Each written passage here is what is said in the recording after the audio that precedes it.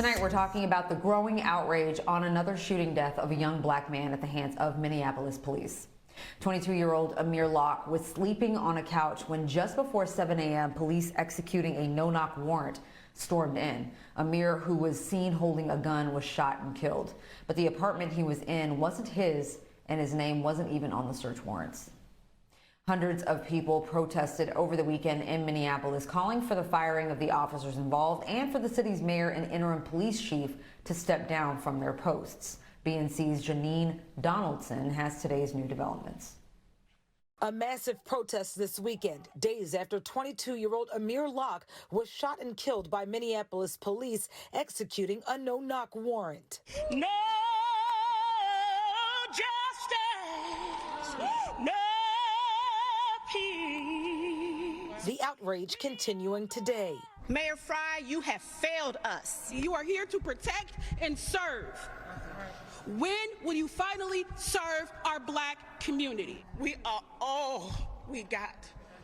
And if all we have is to make sure that you as political leaders are out of the way, we are gonna get bigger and better and bolder. You ain't seen nothing yet.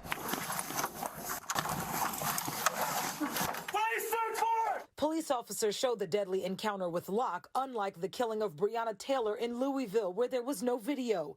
How did we get here? In a strange twist, Judge Peter Cahill, that signed the no-knock warrant in Minneapolis, is the same judge that presided over the Derek Chauvin murder trial. The former officer found guilty of killing George Floyd. Police body camera video shows officers unlock the door and storm the apartment while announcing themselves.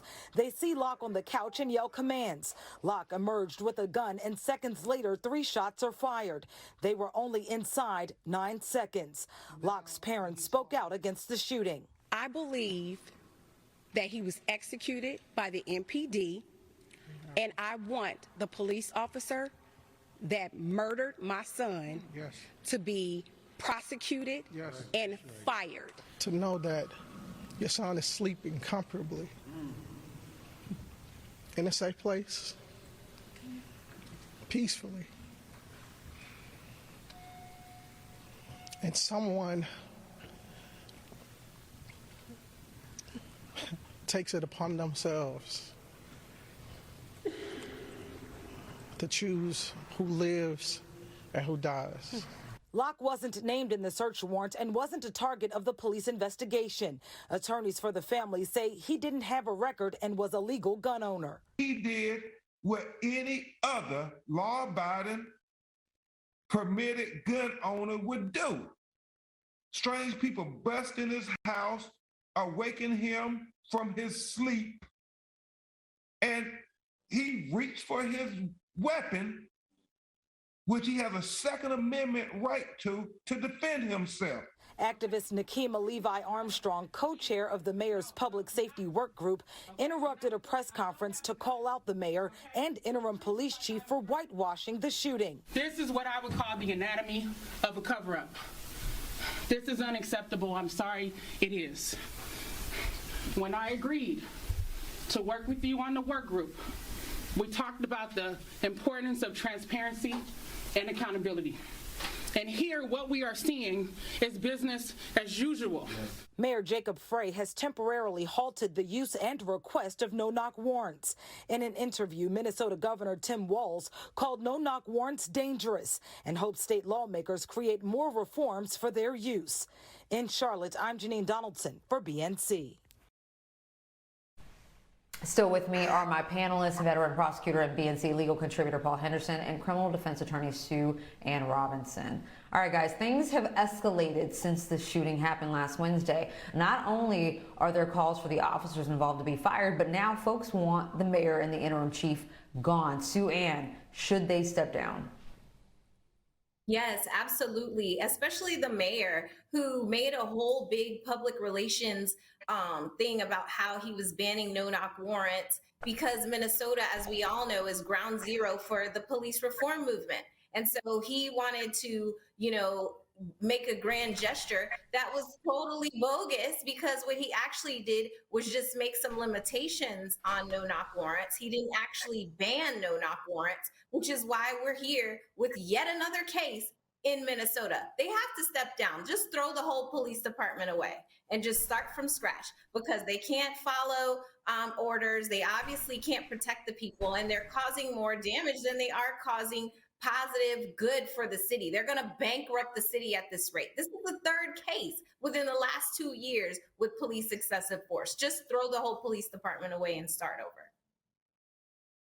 Paul, the interim police chief, said that the officer who fired the fatal shots was in a, quote, difficult position. Should she step aside?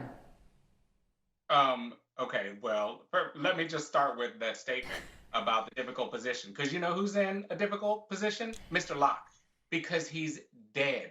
He wasn't even the subject matter of the person that they were trying to obtain or try and collect. And so I'm very disappointed with the policing.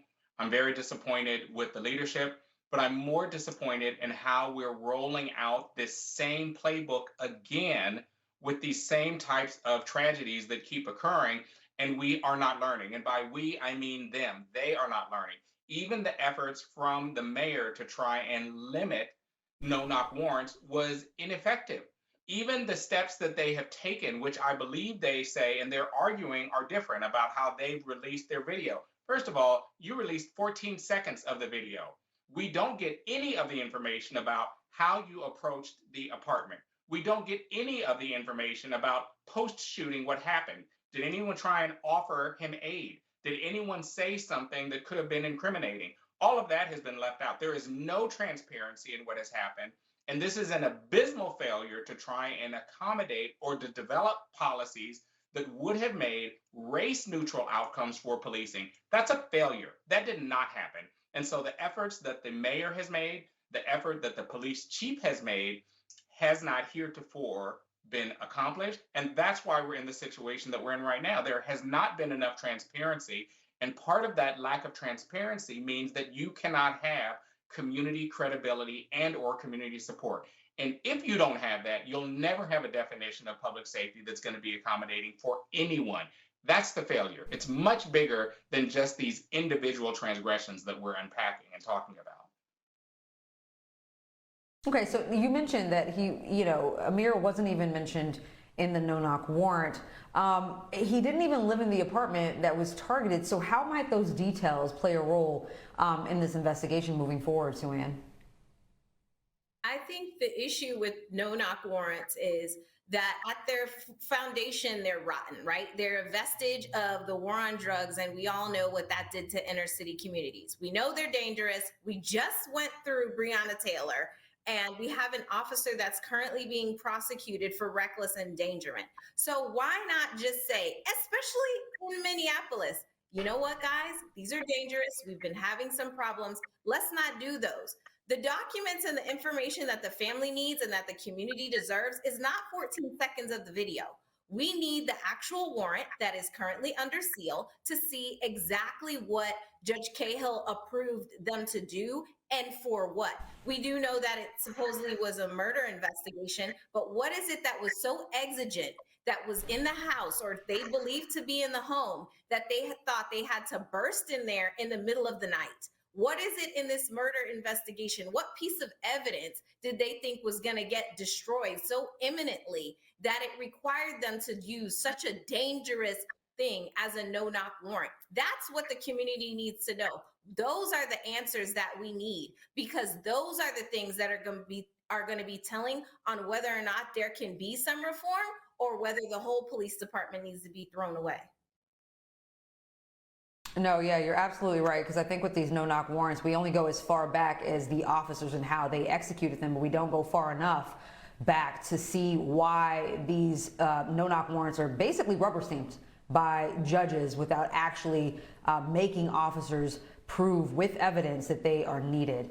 Guys, I've also noticed how similar discussions surrounding Amir's death is to Breonna's, especially within our community. I mean, we try and perfect our black victims, and understandably so, because we're so used to law enforcement and the media vilifying us in their attempt to blame us for our own demise. So when we have someone with no criminal history, we say so. When someone is lawfully in possession of a gun, we say so. And the facts are the facts, so I get it. But in Amir's case, whether he had a license or not, whether he was startled or prepared to defend himself, whether he was a career criminal or not, that young man shouldn't be dead.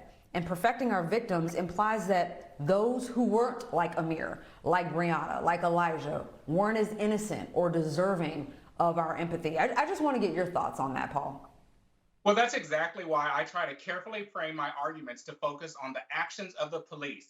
Let's try and take the victims out of it. As perfect as they could have been, I don't want to focus on that. We should stay focused on the police and what they did, because that's where we'll find the most fault. And that's how we'll get the definitions of both reform and accountability. In that warrant, where is the warrant where we see there's this form, an internal risk assessment form that has to be filled out in order to do and execute a no-knock warrant? Where is that? Where is the exception that is made for imminent threat, for physical harm, to justify not calling out and identifying yourself as police? Where is the record of those things? Let's focus on the police and the transgressions that they made in executing this warrant.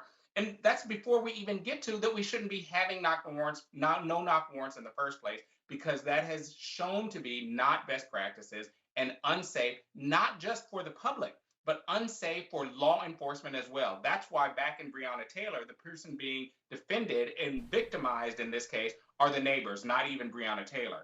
We should not have no-knock warrants, and we should be scrutinizing and staying focused on what the officers did to not follow their rules, their own rules, and trying to execute these warrants that should have been eliminated in the first place.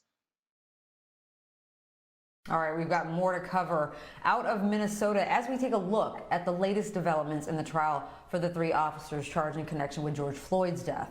You guys stay tuned. You're watching Making the Case.